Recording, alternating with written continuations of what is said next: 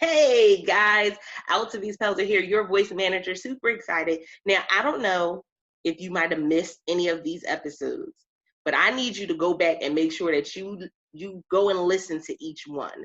Because when I tell you they have been dropping some nuggets and gems, they've been dropping knowledge and inspiration. But not only that, they've been giving you their personal information. They've been giving you their websites, their social media, and saying, bro, I got you.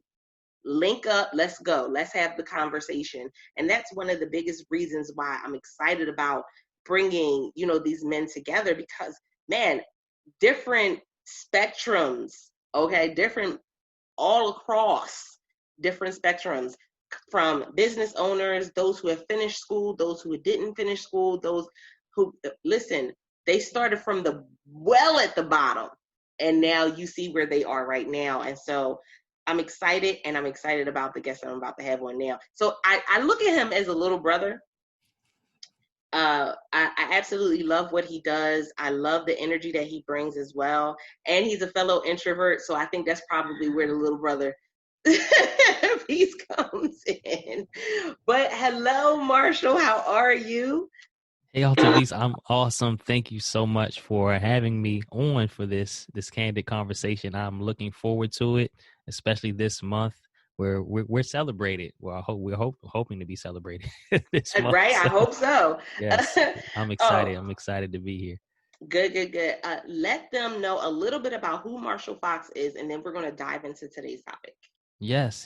I'm Marshall Fox, 31 years old, been married 11 years, have 4 beautiful children, and I reside in Maryland, in Northern Maryland, and I run 120 Design Studio, and we are a graphic design firm who serve authors, speakers, coaches, and consultants, and we help them show up online like they show up on stage. So we really help to bridge the gap between the quality of their speaking and their services and the quality of their visual brand. So um, love what I do. We've been in business for about 4 years, have over 500 clients, and yeah, we rocking and rolling every single day. I absolutely love it. And so part of the reason why I'm excited about him being on this series is because he is a father of 4. That part is always fun, right? When you have multiples, but also because I know that he has some great insight to add to this conversation. And so with that being said, Marshall, the first question is, uh, what is a dad story or a father story that has really impacted your business? A dad story or father story? Let Hmm. me think about that. And someone else has shared with me, or is in general in my life? In general in your life. Okay. Um, Really, I just think about something that really drives me is really just seeing the looks on my kids' faces when they see me, even though I work from home and my kids are homeschooled. But as entrepreneurs, and I know a lot of people can relate to this, even if you do work from home, sometimes you don't get to see your family and participate and be there. You know, you may be there physically, but you may not be there mentally. And I definitely can relate to that. But seeing the looks on their faces when they do see me, it really, that's something that really drives me. And it's something that pushes me to execute and to focus when I'm working, because it can be difficult. I mean, working from home, especially during coronavirus, I know a lot of people are shifting to working from home. It's a blessing, but it can get lonely. You know, it can get lonely and it can get rough and it can get physically and mentally, especially mentally exhausting. So to see the looks on their faces, they don't know, sometimes what's going on with mommy and daddy or bills or what have you. They don't care. They don't know and they don't care. They just want you to be there and be present. So that's something that I always try to keep in mind on a daily basis. Especially I have one girl. We have 3 boys and 1 girl. So see the look on her face when she sees me, she's like, "Daddy," and I could run out to the mailbox for a second, and just to see her excited to see me again. That's something that I have to remember. And it's something I have to keep in mind when I'm grinding, to make sure that I'm staying focused on the end goal, not just on a day-to-day basis, but just in business in general and in life in general. It's just to stay focused and execute at the highest level, because people are dependent on me. These little faces are dependent on me. Now you hit on something uh, that I want you to expand on a little bit, and it's that being present. Hmm. A lot of times as entrepreneurs, the thought is that we of course we control our own time, we control our own schedule, and so we do have a lot more. Most times have a lot more flexibility in what it is that we can do, but that doesn't always mean that we're being present. So Right. give a little more insight into what being present has been for you. Yeah, and it's something that you said that really I share with people a lot, especially the designers that I mentor, is that when you're an entrepreneur and you're working from home, you may have more flexibility, but it's really not more freedom. So a lot of the times we're working harder, 3 or 4 times harder than we would if we were to go to like a 9 to 5 job, and then come back home and just cut it off. There's no off switch, so you have to be very intentional about shutting it off mentally. It can be difficult. It can be difficult. But one thing that I do is I may take a power nap, 10 to 15 minutes just to reset and recalibrate. Because when I wake up, then I feel like I'm a different person, and that work mode is shut off. That's the only way I can really shut my brain off from everything that I do in my business. Take a really quick power nap and then wake up and say, okay, when I get up, I'm focusing on the family and I'm focusing on the kids. Because it's difficult. It's not easy to shut it off, especially when your phone is buzzing and emails coming through and your phone's ringing. It can be difficult, but it can be done. It can definitely be done. I love that inspiration because let me tell y'all something. Naps are not bad. Naps are No, not a bad thing. no. We will Sometimes never they may be all you get. It's just naps listen. throughout the Naps day. are You don't even sometimes sleep. that's Sleep. it. That's it. That's your juice right there. We know Lizzo talk about the juice. That's the real juice right Yeah, there. It's yeah. naps. I'm about to take mine as soon as I get off this call. So that is absolutely amazing. I know that coming into the industry, especially with graphic design. Now I will tell you this, Speakeasy podcast listeners, I hope you're listening. Hope you are listening clear. Hear me clearly. Marshall executes at a very high level. I'm telling you from experience. I'm telling you from seeing his work. He executes at a very high level. And there's a lot to be said about that and the value that you give and the value that you can put on yourself. Mm-hmm. And so Marshall, speak to that, because I know this journey has been an interesting journey for you with even coming and doing 120 design. What led you to be able to go ahead and be at that higher level where so many others are not at that higher level? Mm-hmm. Well, I'm blessed in that I'm gifted in design, and I had people around me in my circle who recognized it in me before I did. So just initially, my wife, she recognized my gift before I thought it was a thing. She would say, "Look, I know you. We go out, you see this, you see that. You saying that's terrible. It looks ugly. Why don't you do something about it? And I did take graphic design in high school, but I hadn't taken it since. So she kind of recognized it in me before I did, and then once I started to get into it, then I had people in my circle, like some brothers of mine, who they basically let me know, bro, you have the juice, just like you said, you have the gift. You should be moving like this. You should be charging this amount. And, I would get nervous. I'd be sweating.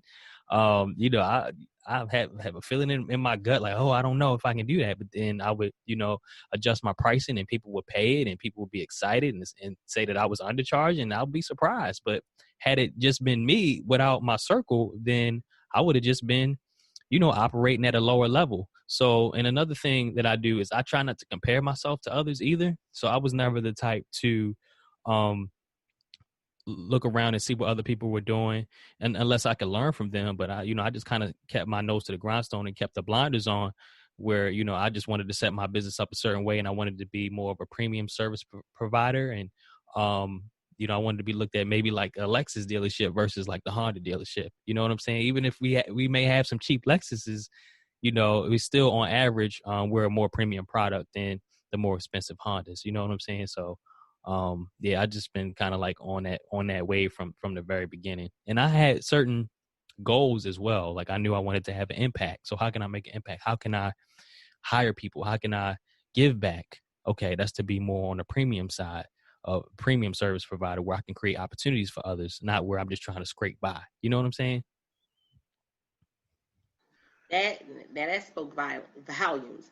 Uh, that premier service provider. I think, especially coming into any industry, and you guys know we do speaking, uh, author, podcaster. Coming into it, there's always that that thing within you that's looking for validation, that's looking for, so you like, okay, well, let me do it this way because that's how they're doing it. So I love that you hit on that, because those who are listening in, listen, sometimes you are your greatest validation, or like Marshall said, you got to look to your circle. Now that's the other piece though, Marshall, let's be honest, everybody ain't got the right circle. Mm-hmm.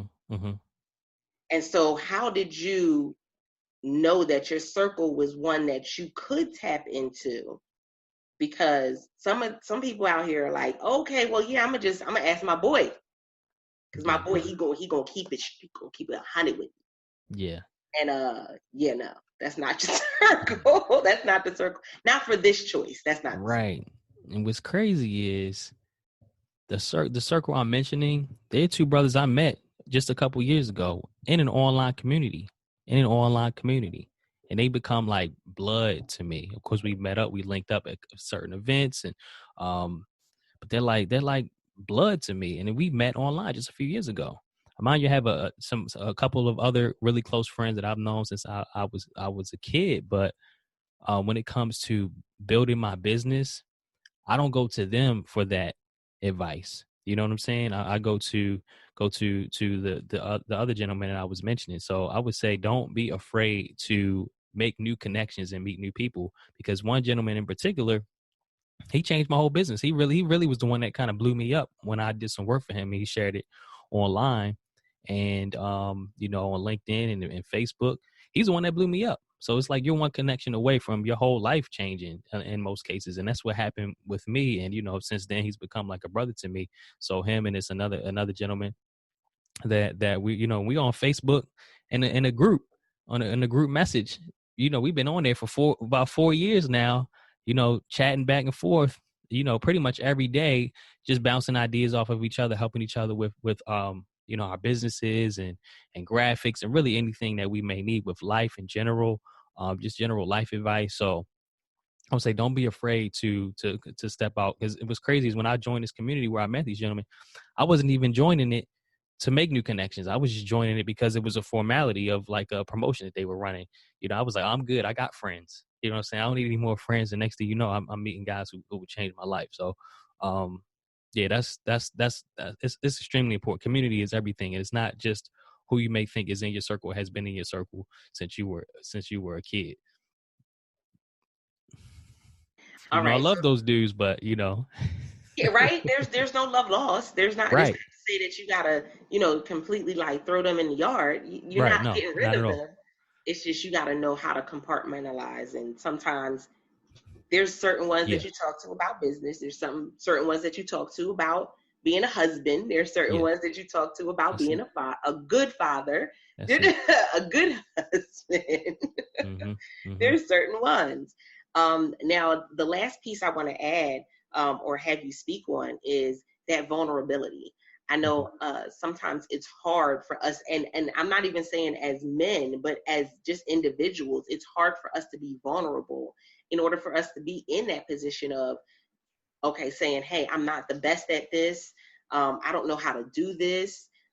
This looks like French to me. So Mm-hmm. speak on that vulnerability, um, as a man, especially when you say, listen, because like I said it in the beginning, guys, Marshall he is an introvert.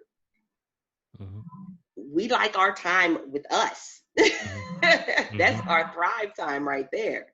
Yeah. So going into a new space, it takes a lot. Mm-hmm. Yeah. Yeah, absolutely. Yeah, it takes a lot, but I think something that helped me was, um, really my wife. She's the one that kind of pushed me, and it goes back to just having people in your corner. She's the one that kind of pushed me to get out there. Um, so I kind of relied on her, and I just put the guards down. You still kind of tiptoe in and just see how everything is, but you can really feel the energy in certain places, and with certain people, you can feel if it's genuine or not, fairly quickly. So I just kind of went based off of that. And another thing is, a lot of the times there could be like information overload, or a lot of people giving you quote unquote advice. So you got to kind of learn how to pick and sift through what could and could not work for you. And I always think about the saying is they said, I wouldn't take advice for somebody I wouldn't trade from somebody I wouldn't trade places with. It's the same deal. So you got to kind of keep that in mind as well. So if it's certain people who have accomplished certain things, or maybe have done certain things that I want to do, or have certain experience or revenue, who they have revenue that I want to hit, I may take advice from them versus somebody who doesn't. So, yeah. I hope y'all took that and wrote that down. I hope you wrote it down. Y'all know I'm big on index cards. I hope you wrote it down on an index card and taped it somewhere. Get you a push pen or a thumbtack or something, some sticky glue, whatever you need. But that needs to be in the forefront as we come out of quarantine, as we go into an interesting new normal for business. Right. Yeah.